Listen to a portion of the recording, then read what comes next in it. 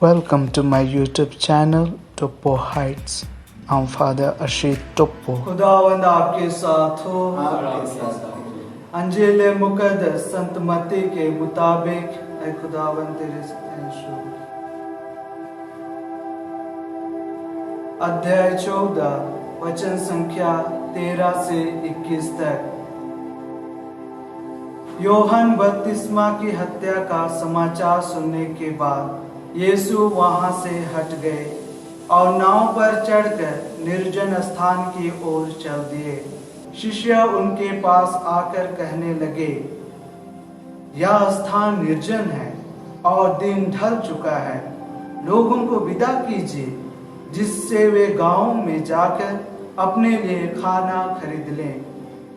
यीशु ने उत्तर दिया, उन्हें चले जाने की क्या जरूरत है, तुम लोग ही उन्हें खाना दे दो। इस पर ईश्वर की ओर आंखें उठाकर आशीष की प्रार्थना पढ़ी और रोटियों को तोड़ तोड़ कर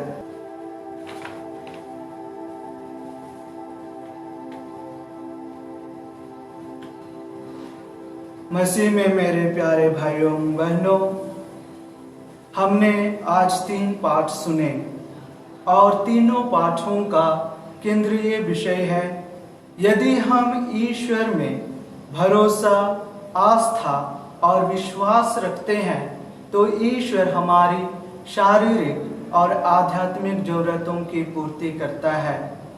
वह हमारे लिए यीशु मसीह को हमारा उद्धारकर्ता और आध्यात्मिक भोजन के रूप में दिया, जिसे हम बाइबल के वचन और पाक शिराकत के द्वारा पाते हैं, उसको ग्रहण करते हैं और इस प्रकार से हम स्वर्गीय भोज के लिए तैयार होते हैं। और यही चीज हमें दूसरों के साथ साझा करने के लिए, दूसरों के साथ बांटने के लिए सिखाता है। बहुत बार हम सोचते हैं कि हमें सिर्फ उन्हीं लोगों की सेवा करना है, उन्हीं लोगों के साथ अपना जो कुछ भी है उसे बांटना है जिसे हम प्यार करते हैं। और बहुत बार हम सोचते हैं कि प्यार का विपरीत या प्यार का जो उल्टा शब्द है वह नफरत है।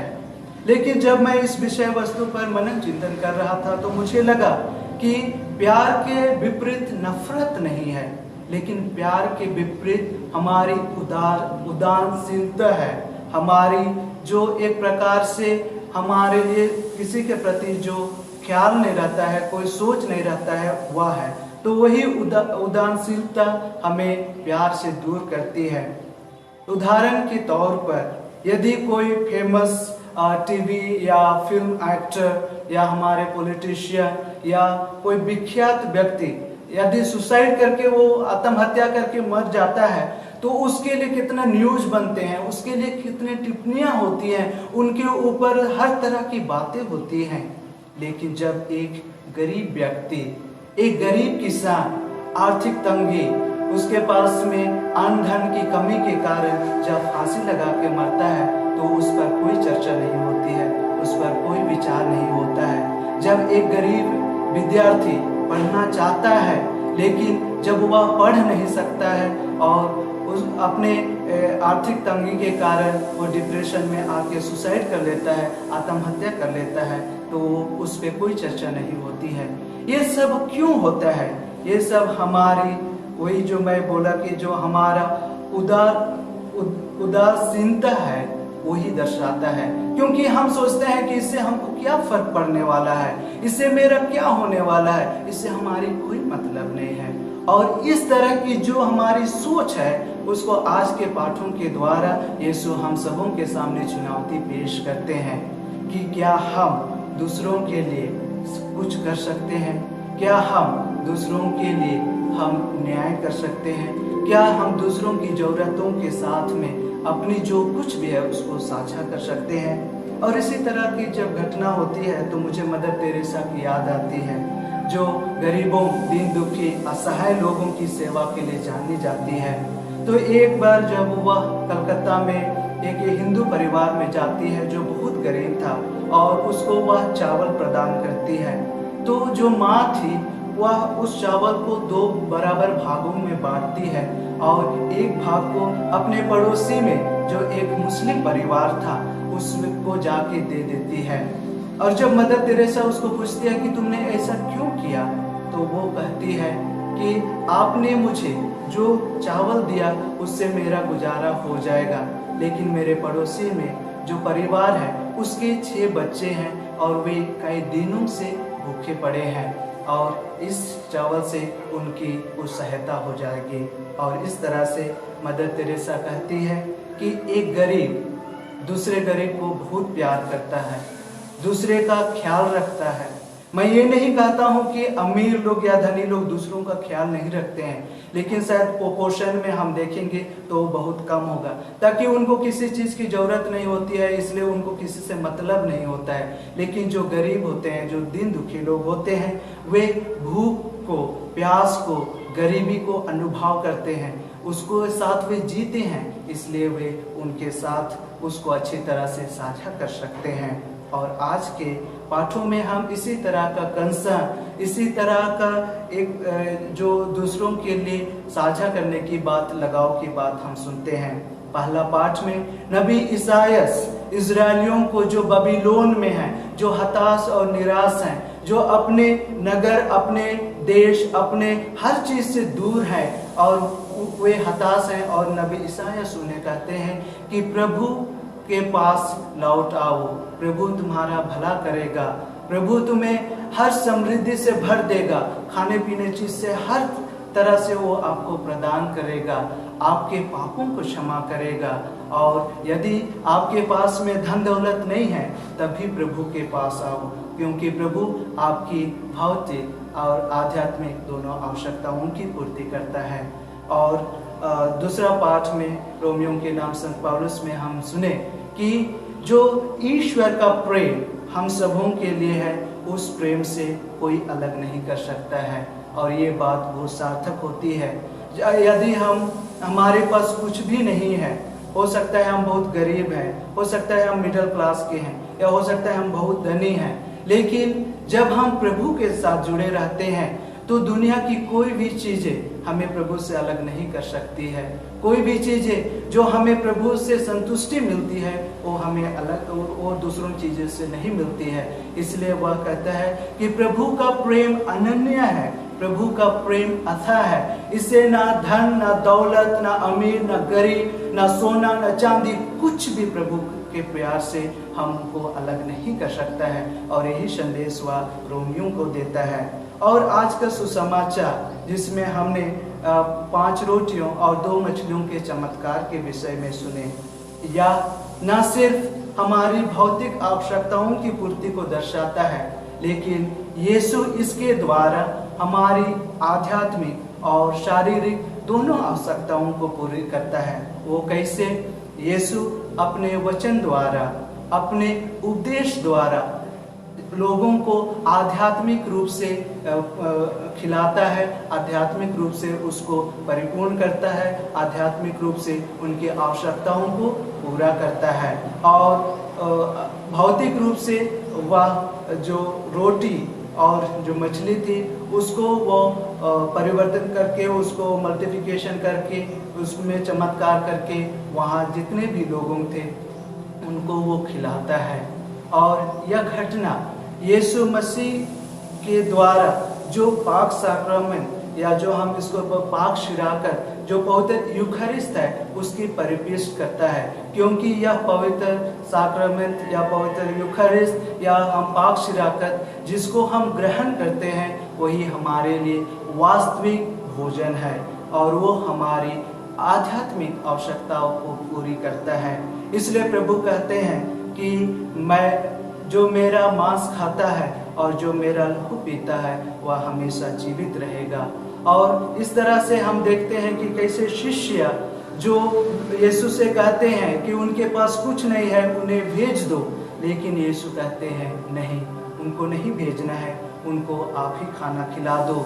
और शिष्य कहते हैं हमारे पास कुछ भी नहीं है, बहुत बार हमारी भी सोच इन शिष्यों की तरह होती है। हमारे पास आवश्यकता से अधिक धन संपत्ति होती है, हमारे पास में पर्याप्त चीजें होती हैं, लेकिन हम उसको बांटना नहीं चाहते हैं, हम उनको दूसरों के साथ देना नहीं चाहते हैं, और हम भी वही कहते हैं, इनको भेज दो। हम भी ये अपने जीवन में अनुभव करते हैं, और बहुत बार हमें यीशु की उस बात को याद करना है कि उनको आप ही खाना दे दो। बस हमें जो चीज़ है उसको प्रभु के पास लाना है और प्रभु सारा कार्य करेगा। जैसे शिष्यों ने उनके पास में जो 5 मछली और 2 रोटी थी उसको प्रभु को दिया, और प्रभु ने उसके द्वारा महान कार्य किए।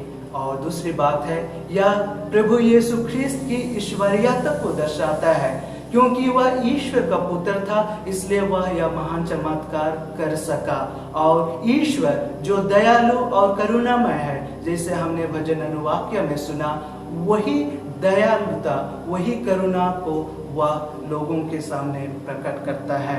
और इस तरह से हम देखते हैं कि प्रभु यीशु ख्रिस्त कैसे इस चमत्कार के द्वारा लोगों को एक नया जीवन देते हैं, और वही नया जीवन को हम पवित्र यूखरिस्ट में हम ग्रहण करते हैं। जब एक पुरोहित रोटी और दाखरस को अपने हाथों में लेकर के वह स्वर्ग की ओर आंखें उठाकर धन्यवाद का प्रार्थना करता है, उसमें आशीष के लिए वह प्रार्थना करता है, और प्रभु यीशु ख्रिस्त उस रोटी और दाखरस को अपने शरीर और लहू में बदल देते हैं, और वही को हम पाक शिराकत के रूप में ग्रहण करते हैं, और इसमें जो कार्य है वो हम जारी करते हैं।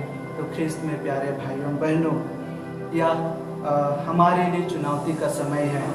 हम कोरोना महामारी से बहुत उछल गए हैं। हम कोरोना महामारी से इतने प्रकार से परेशान हो गए हैं कि हमें पता नहीं चल रहा है कि हम क्या करें और क्या ना करें। और जब हम इस परिस्थिति में हैं तो हमारे आसपास ऐसे भी लोग हैं जिनको हमारी ज़रूरत होगी, जिनको हमारी सहायता की आवश्यकता होगी। क्या हम अपने वचन के द्वारा, अपने कामों के द्वारा हम उनके लिए कुछ कर सकते हैं या नहीं? आज हम जीवन के लिए यही शिक्षा लें कि हम प्रभु यीशु ख्रिस्त के वचन और साक्रामेंट के द्वारा हम अपने जीवन को परिपोषित करें, और वो कैसे? इस बाइबल पाठ के द्वारा, प्रार्थना के द्वारा आप प्रभु से जुड़िए, आप प्रभु से आशीष कृपा मांगे, ताकि वो आप जब आप पाठ पढ़ते हैं, बाइबल पाठ करते हैं, तो प्रभु आपसे बात करता है और वो आपको उजियाला प्रदान करेगा ताकि आप अच्छे कार्य कर सके। और दूसरी बात है कि हम पवित्र यूखारिस्ट का वाहक बने। जो प्रभु यीशु ख्रिस्त को हम पवित्र साक्रामेंट के रूप में या पाक शिराकत के रूप में ग्रहण करते हैं, हम उसको दूसरों के दे। और वो कैसे? हम अपने कार्य के द्वारा, अपना प्रेम के द्वारा, अपनी दयालु के द्वारा। आज हम इस मिसा बलिदान में विशेष रूप से प्रार्थना करें कि हम जो प्रभु के अनुयायी कहलाते हैं, हम प्रभु की शिक्षा के अनुसार लोगों के साथ में अपना जो कुछ भी है उसको साझा कर सके, क्योंकि कहा जाता है देने में ही वास्तविक खुशी है। जब हम किसी को सहायता करते हैं, किसी को देते हैं, तो हमारे पास चीज़ों की कमी नहीं होती है, हमारे पास कम नहीं हो जाता है, लेकिन उससे दुगुना हमें आशीष कृपा मिलती है। हम समृद्ध होते हैं, हम आगे बढ़ते हैं। आज मेरी और आपकी लोगों को बहुत ज़रूरत है, तो हम आगे आए और दूसरों की सेवा करें, प्रभु के और दूसरों को दें, और इस तरह से हम एक मानव के रूप में एक साथ हम प्रभु के दागबारी में काम करते हुए एक अच्छा ख्रिस्ती जीवन बिता सके। प्रभु हम सबों को अपने आशीष कृपा से भर दे। आमीन। If you like the video, please subscribe my channel and hit the bell icon to get the further notification. Thank you for watching.